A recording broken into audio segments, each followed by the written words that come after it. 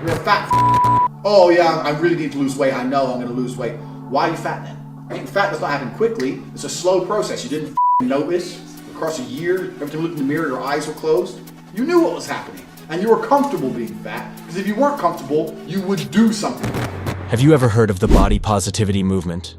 The point of this social movement is to encourage people to accept all bodies, regardless of size, shape, skin tone, gender, or physical abilities. I'm sure you've heard of it, maybe even been part of it. I agree, the idea is very good, and we should respect every body shape out there because everyone is different. However, there is one thing that bothers me. It turns out that this movement is quite disturbing and toxic. Let's start with Ryan Megan Hoven, better known as Tess Holliday. You know Tess Holliday, right? So Tess Holliday is not only a plus-size model, mother, and author, she has also been named one of Time's most influential people on the internet. She's a plus-size model, quite literally, and perhaps one of the most famous plus-size models today. Holliday also describes herself as a body-positive activist, which is fine by me. However, what is not fine for me, she has embraced the word fat and advocates that people should be able to eat as much and whatever they want without suffering social exclusion. This is where it starts to get weird. In 2013, she started the EFF Your Beauty Standards movement on Instagram. Holliday claims that this movement shows women that they don't have to be a certain size to love their bodies, large or small, and that their size should not dictate their fashion choices. I don't have a problem with that. I believe we should love ourselves. Although, in my opinion, if we love ourselves, we should take care of our bodies to keep them healthy and in an ideal shape. But this is where the problems start to arise. Since we know Tess Holliday is a public figure and has many followers, she certainly has a big influence on society. Many people who feel the same way as her follow what she says. Tess herself admits that this movement has caused women to tell her that they now feel comfortable with their appearance and clothes they like. She has also spoken at public events about self-confidence. There is actually nothing wrong with self-confidence. The problem arises when people start to normalize obesity. What? Are you wearing bottoms? Of course I'm wearing bottoms. I'm the white Rasputia. Okay. Person who is not trying to lose weight, I love you. Keep it up. To me, well, have you eaten? And I said, yeah, I had some pizza earlier. And they said, you need to eat something like a bit more healthy. Now, there are a few words that I don't allow when somebody comes into my house, and healthy is one of them. That is a problem. If that happens, people who have obesity problems will no longer bother with the fat deposits in their bodies. It makes them feel comfortable, and they will not make changes to their health. Have you ever asked, why does the United States have an obesity problem? Technically, almost half of the United States population is overweight. So why is it that Americans keep getting fatter in spite? America's obesity has not doubled, it's tripled in the past 50 years. Let's face it, we're getting fat. Americans are not winning their battle against obesity. Nearly 14.5 million American children and teenagers are now obese. And why? Maybe because they don't see obesity as a problem. They love obesity. Tess was the first plus-size model to cover the UK magazine Cosmopolitan, which stands as one of her greatest achievements. She made history and changed the paradigm for many people in the modeling industry, showing that it can also accept plus-size individuals. This challenged the typical image of models being skinny, paving the way for a more inclusive industry. And Tess's breakthrough not only changed world modeling standards, but also provided an opportunity for plus-size individuals to pursue careers in modeling. But not only that, Tess contributes content to Cosmo magazine with headlines like "Strong, Fit, and 300 Pounds." The essence of the article is to showcase Tess's perceived health despite her obesity condition. According to data from Wikipedia, Tess is 5 feet 5 inches tall and weighs 300 pounds. Using a BMI calculator, her weight falls into the category of Class 3 obesity, the most severe level according to WHO's BMI classification. This contradicts Tess's public statements promoting that she's normal and healthy. Saying it's a myth that you can be very overweight, obese, and be healthy. I know that I'm healthy. I know that I'm healthy. And she also does exercise like a normal person. it could be misleading to people. Because the reality is, obese individuals, like Tess, may require specialized exercise methods due to the heavier load their bodies need to support.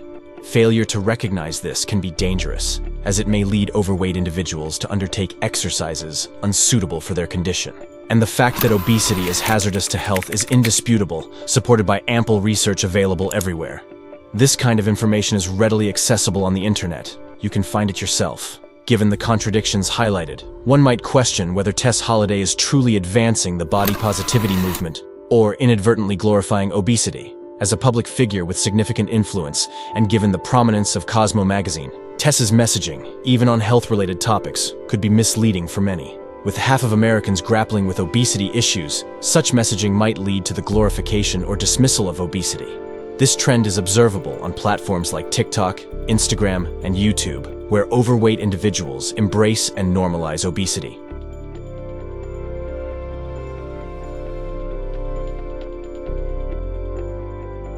Have you seen this video?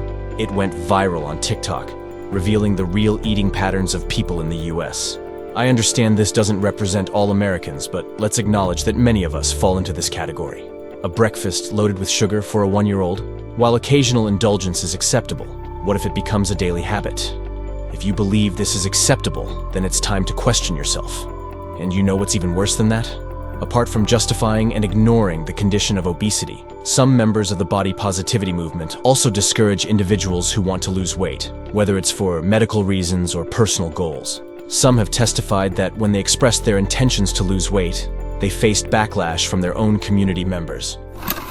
Making choices to become healthier were my choices, and I made those choices very aware of what would come as a result of them. And what has happened is any plus size person who's ever lost weight in this space has been viciously attacked by this community. The more I was in it, the more I saw how judgmental they were.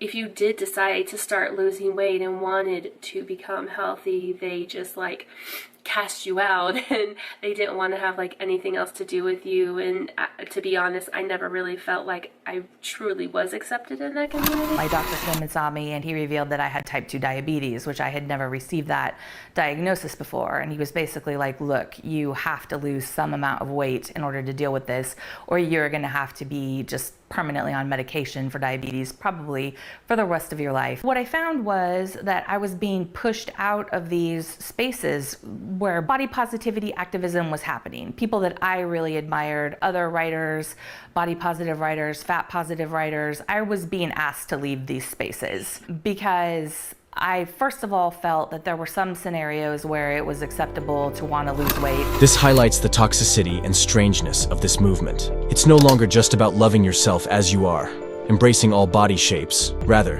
it's become about insisting that obesity is something everyone must accept. If someone who is obese desires to lose weight, they're suddenly deemed not body positive anymore. What's the deal with that? Essentially, what they're fighting for is justification for their own obesity problems, and even justification for neglecting to maintain an ideal body shape and control their diet. This is highly misleading, especially considering the numerous health risks associated with obesity. It's important to recognize that disease is an accumulation over the long term. While individuals may assert their current health and capability to engage in activities like those without obesity, the effects of obesity manifest over time. Our bodies can handle various inputs up to a point, beyond which diseases may arise. Extensive health research underscores the dangers of obesity and the associated risks of diseases, a consensus echoed by medical professionals worldwide. Weight management boils down to a simple concept of calories in and out. Consuming calories in line with our daily needs prevents weight gain or loss, while a surplus leads to fat storage and a deficit results in weight loss, as the body utilizes stored fat as an energy source. It's a straightforward principle, but it seems many of us fail to understand this. In the past, people sought out food through hunting and gathering, consuming what they could find based on their immediate needs. Sometimes, they would consume more to account for the unpredictability of food availability. This led to our bodies evolving to store energy reserves as fat, which could be utilized during times of scarcity, such as winter. However, in the modern era, access to food has become incredibly easy. and we often consume in excess. The fat reserves our bodies store are rarely utilized because we continue to replenish them with additional fats. Consequently, obesity has emerged as a significant problem for modern humans. Of course, individuals are free to eat whatever they want, and even make their bodies as fat as they desire. However, the problem lies in the influence they wield over society at large, normalizing obesity in the eyes of the public. This is particularly concerning when considering those who feel embarrassed or depressed due to weight problems finding acceptance within this community. It's not about infringing on their life choices. They're free to make their own decisions in a free country. But glorifying obesity and influencing others to disregard its associated problems is the crux of the issue. So, what do you think? If you disagree with me, let's have a healthy discussion in the comments section to share our opinions and enlighten everyone. If you agree and believe this is a toxic movement, please like this video, subscribe to our channel, and share it with those who need to be aware of this issue. Until next time, peace. There are universal biological standards of beauty and attraction, and you are purposefully celebrating the opposite of them. She's literally morbidly obese. She's fucking dying. She's addicted to food in a horrible way, and to promote that and pretend that somehow or another this is okay.